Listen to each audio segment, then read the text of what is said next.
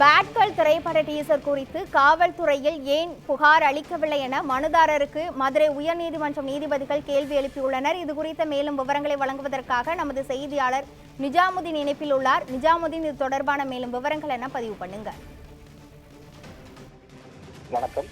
சிறுவர் சிறுமிகள் ஆபாசம் இருப்பது போன்ற ஆபாசமான காட்சிகள் உள்ள அந்த பேட்கள் திரைப்படத்தின் பட டீசரை நீக்கி மதுரையை சேர்ந்த வெங்கடேஷ், ரமேஷ்குமார் மற்றும் ராம்குமார் ஆகியோர் ஒரு மனு தாக்கல் செய்துள்ளனர்.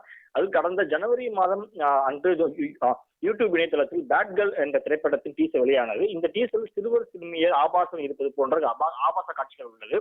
மேலும் இந்த டீசர் தற்போது ஆணையில் உள்ளதாகவும் இது போன்ற காட்சிகள் குழந்தைகள் ஆபாசம் உள்ளதெனும் தெரிவித்துள்ளனர்.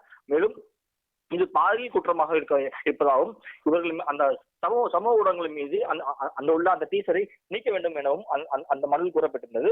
மேலும் சிறுவர் சிறுமியர் பாலியல் காட்சிகள் வெளியிட்ட கூகுள் நிறுவனம், பட இயக்குநர்கள் மற்றும் தயாரிப்பாளர்கள் மீது கிரிமினல் நடவடிக்கை எடுத்து போக்சோ சட்டத்தின் கீழ் நடவடிக்கை எடுக்க வேண்டும் எனவும் அந்த மனுவில் கூறப்பட்டிருந்தது. இந்த வழக்கானது நீதிபதி தனபால் முன்பாக விசாரணை வந்த போது நீதிபதி டீசர் சமூக ஊடகத்தில் இருந்து அகற்றுவதற்கு யாருக்கு உத்தரவிட வேண்டும் என்பது தெளிவாக இல்லை எனவும் தெரிவித்த நீதிபதி டீசர் வெளியிட்ட தயாரித்த நபர்கள் மீது காவல் நிலையத்தில் ஏன் தனிப்பட்ட புகார் ஏன் கொடுக்கவில்லை எனவும் கேள்வி எழுப்பினார். அப்போது மனுதாரர் தரப்பில் தனிப்பட்ட ஒரு நபருக்கான பாதிப்பு இல்லை எனவும், எனவே அந்த ஒட்டுமொத்த இளம் மாணவர்களுக்கான பாதிப்பு எனவும் தெரிவித்தனர்.